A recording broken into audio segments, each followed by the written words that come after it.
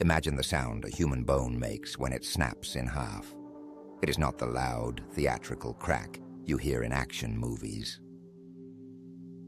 It is a dull, sickening, wet snap, not so much heard by the ears as felt by a vibration through the entire skeleton, shooting like an electric current from your heels to the roots of your teeth. Now imagine that sound echoing at the bottom of a narrow stone well, where the depth of silence is such that you can hear the blood pounding in your own eardrums. You are lying on a narrow stone ledge, no wider than 5 feet. Your right ankle is twisted at an unnatural, nauseating angle. The pain does not come immediately. In the first few seconds, the brain blocks it with a surge of adrenaline, leaving only cold numbness and confusion. But a moment later, when you try to move, the nervous system explodes with a white flash of pure agony that makes your vision go dark. You try to inhale to scream, but the scorching desert air burns your lungs, and instead of a scream, only a strangled wheeze escapes. You turn your head. A few feet away, on the same ledge, lies the person you love more than anything in the world. He is not moving. His body is twisted in a way a human body should not twist. His breathing is an intermittent, gurgling sound that becomes quieter and less frequent with every second. You are in the heart of Death Valley, a place whose name in this moment ceases to be a metaphor and becomes a sentence. It is a geological oven where the temperature of the rocks during the day can melt the rubber of souls. And dehydration kills faster than rattlesnake venom. You are trapped in a stone sack, up 70 feet of smooth, water-polished rock that is impossible to climb without gear. Down 100 feet of absolute void, a fall into which guarantees instant death. You have a broken leg. You are running out of water. And you are forced to watch life leave your partner's eyes drop by drop, realizing that you can do absolutely nothing to help him. This is not a horror movie script. This is the brutal, physiologically precise reality faced by Emily Henkel in April of 2021. It is a story of how a perfect romantic trip turned into an anatomical study of pain, grief, and transcendent human resilience. To understand the full horror of this ending, we need to rewind time. Go back to the moment when everything seemed perfect and the world was safe and understandable. Alex Löfgren and Emily Henkel were not naive city dwellers out for a stroll in flip-flops. Alex was a combat veteran, a man who had gone through the hell of war, knowing the value of discipline and planning. He worked in a congressman's office helping other veterans. Emily was an experienced hiker in love with the wilderness. For them, the desert was a temple, a place of power, not a threat. On April 3rd, 2021, they drove out of Helendale, California. Imagine this moment of deceptive calm.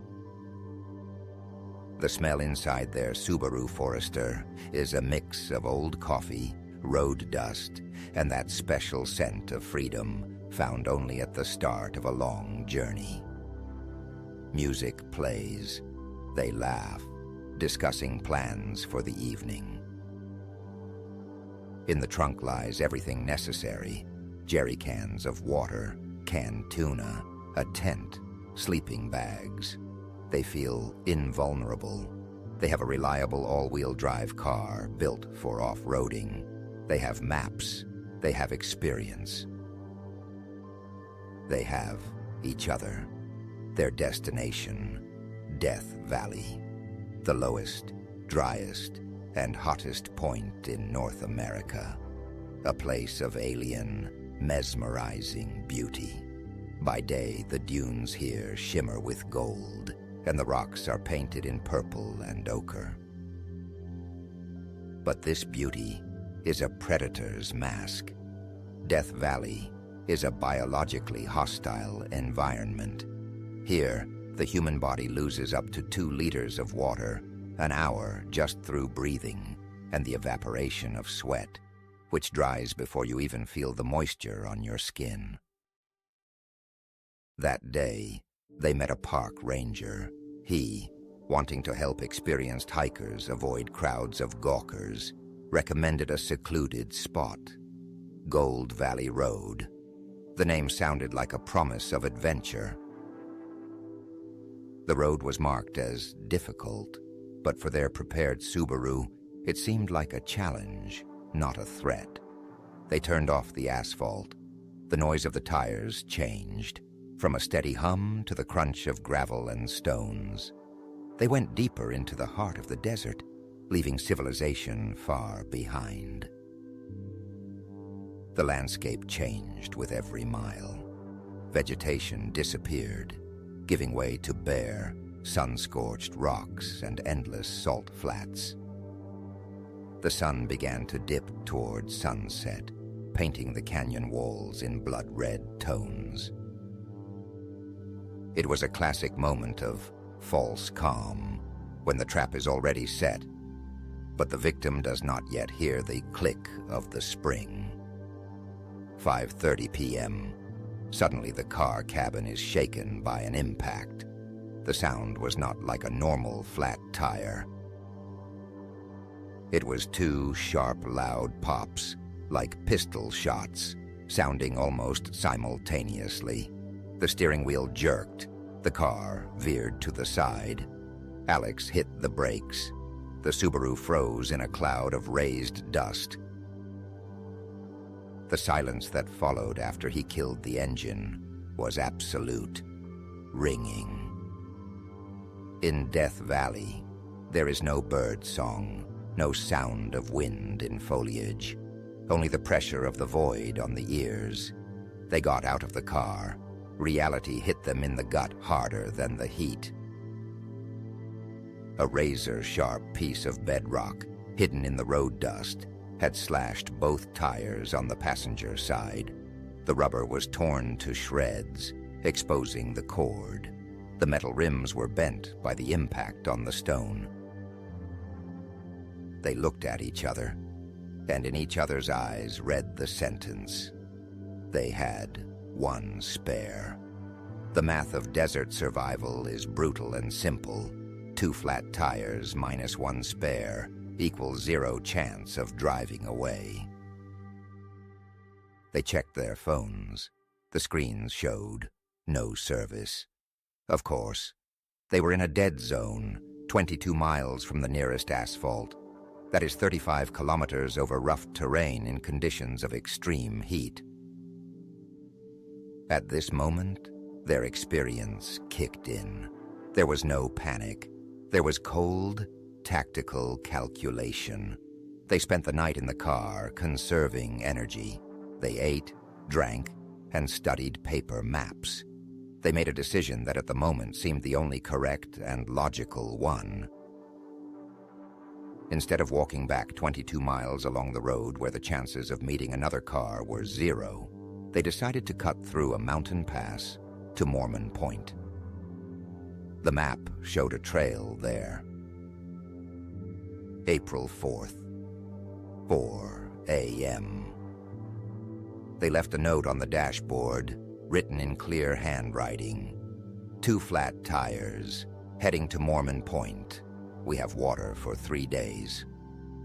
On the ground next to the car, they laid out a huge arrow with stones indicating their direction of travel.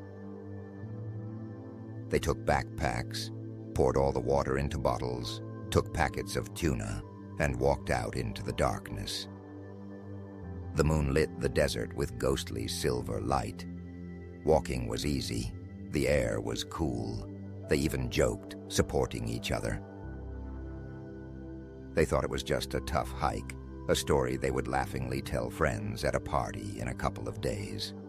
Along the way, they found a geocache, a hidden container with a logbook where other hikers had signed in. This gave a false, dangerous sense of security. But the map is not the territory.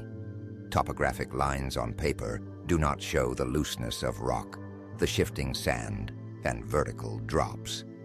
The trail began to narrow. The canyon walls closed in, turning into a slot canyon, a narrow slit in the rock where light barely penetrated. There was no way back. They had walked too far. Water was being consumed. They approached a cliff. Before them was a dry waterfall, height 70 feet. That is the height of a 7-story building. Smooth, water-polished stone dropping vertically down. They found themselves in a classic canyoneering trap. Behind, miles of grueling path they could not repeat uphill. Ahead, a drop. They had no ropes, no harnesses. Alex, being more experienced and stronger, decided to descend first to scout the path and help Emily. Imagine this moment. Time slows to frame-by-frame mode. Alex begins the descent.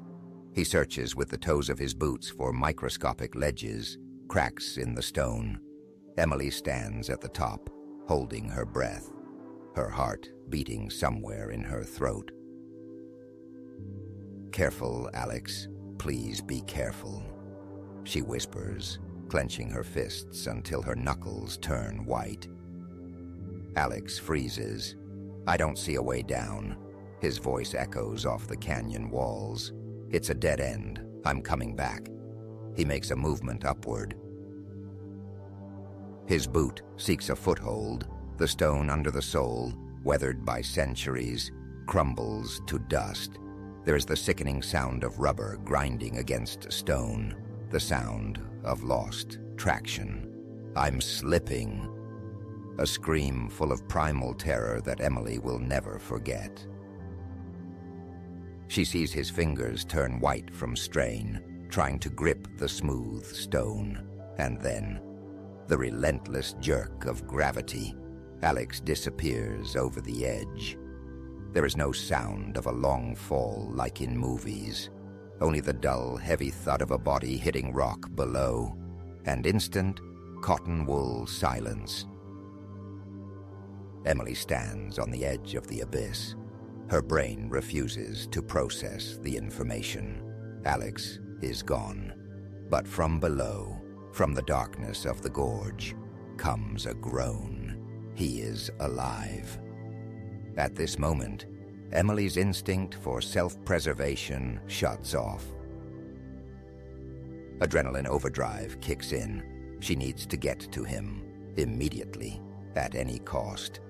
She finds a narrow crevice to the side of the waterfall, a vertical crack in the rock, a so-called chimney.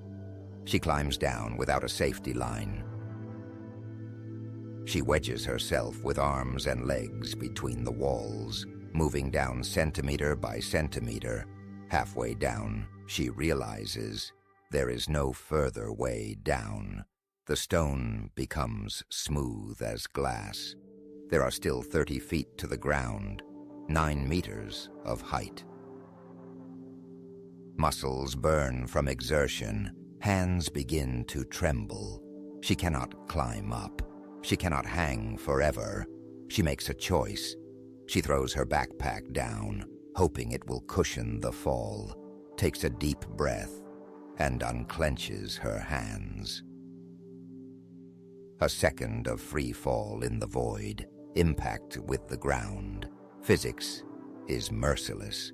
All the kinetic energy of the impact goes into her legs. That very sound rings out, the crunch of a snapping tibia. Emily screams, pain blinds, knocks the air out of her lungs. The world narrows to a single, pulsing point in her ankle, but adrenaline drags her forward. She cannot walk. She crawls. She drags herself over sharp rocks to Alex. Alex is in critical condition, multiple fractures, severe traumatic brain injury, internal bleeding.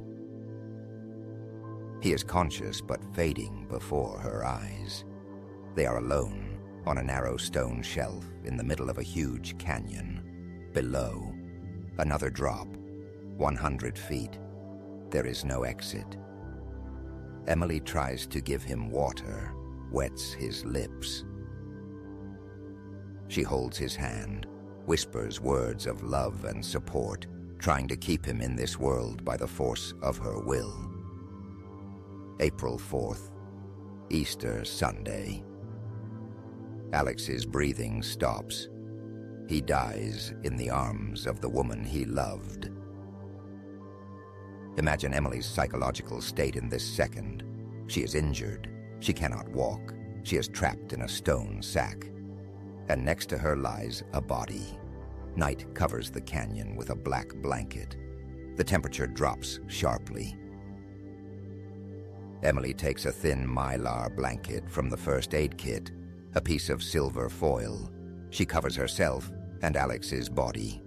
All night she listens to the silence, interrupted only by the rustling of foil in the wind. Morning of April 5th comes. Emily is alone. Her ankle has swollen to the size of a melon, the skin stretched and turned blue. Any even millimeter movement causes a nausea-inducing seizure of pain. A scientific, methodical fight for life begins. The main enemy here is the sun. At 1:30 p.m., the sun reaches its zenith over the narrow slit of the canyon. The rocks begin to heat up, turning into a frying pan. The temperature rises above 40 degrees Celsius, or 100 Davisti. She has no natural shade. She uses the torn mylar blanket as a shield, stretching it over rocks, but the thin foil tears on sharp edges. Every day she spends an hour painstakingly taping the holes with band-aids from the kit. It is Sisyphean labor, but it occupies her hands and keeps her brain from slipping into madness. The second enemy is dehydration. She has water left, but catastrophically little. Nearby, a tiny, pathetic trickle oozes down the rock. Not a waterfall, just tears of the rock. Emily shows engineering ingenuity. She builds a tiny dam out of mud, moss, and pebbles to collect this water drop by drop. She soaks her clothes in this puddle to wrap her head and body. Evaporation of water takes heat. This is physics that saves her from heat stroke. Her phone has no service, but she has a portable solar battery. She charges her phone every day. Why? To write. She keeps a digital diary in notes. It is her way to preserve sanity, structure chaos. "We will get out. We will be found," she writes, continuing to use the word "we," though Alex is already dead. Her brain refuses to accept complete, total loneliness. She divides the endless day into micro-tasks. First, collect water. Second, repair the blanket. Third, endure the pain. Fourth, survive until sunset. She eats canned tuna in tiny portions. Her body switches to emergency energy-saving mode. Metabolism slows down. Sense of time distorts. Hours stretch into days, and days merge into one endless streak of pain and heat. April 7th, Day 4. The world finally noticed their disappearance. Relatives raised the alarm. Police began a massive search. Rangers found their Subaru. Inside was the note, heading to Mormon Point. This scrap of paper, left by them at the start of the journey, became the key. Rescuers narrowed the search area. April 8th, morning. Emily hears a sound that at that moment seemed sweeter to her than the most beautiful symphony. The roar of rotors. A helicopter. She tears the shiny blanket off herself. She waves it, ignoring the wild, tearing pain in her leg. Sun glints off the silver foil, should be visible for miles. The helicopter passes directly over the canyon. A shadow covers her. And it flies away. The sound of rotors fades in the distance. Emily falls onto the rocks. Despair of such magnitude can kill faster than thirst. They didn't see me. She is alone again. But an hour later, the sound returns. The helicopter hovers over the crevice. This time the pilot noticed the glint of mylar. He sees her. But landing is impossible. The canyon is too narrow. It is a slot. Powerful air currents from the rotors could smash the machine against the rocks, so... The helicopter flies away again. Emily remains alone for one more night. But now she knows. They know. The night of April 8th to 9th. Silence is cut by buzzing. A drone hovers over the canyon. A bright spotlight beam cuts the darkness, illuminating her face. Rescuers use technology to assess her condition and understand how to extract her from this trap. Emily looks into the electronic eye of the drone. It is a strange, surreal feeling, being under machine surveillance but feeling a connection to humans. April 9th, Day 5, Rescue. An elite U.S. Navy team arrives. They decide to use a winch. Two rescuers descend on a thin cable into the abyss of the canyon. The wind throws them from wall to wall. They risk their lives every second. The operation lasts 20 minutes, which seem like eternity to Emily. Finally, the rescuer's boots touch the shelf. The medic examines Emily. He sees her leg turned into a blue-black mess. He sees Alex's body covered in foil. They strap her to the litter. The moment of ascent. Emily closes her eyes. She feels the jerk of the cable. The ground leaves her feet. For the first time in 5 days, she does not feel hard, scorching stone at her back.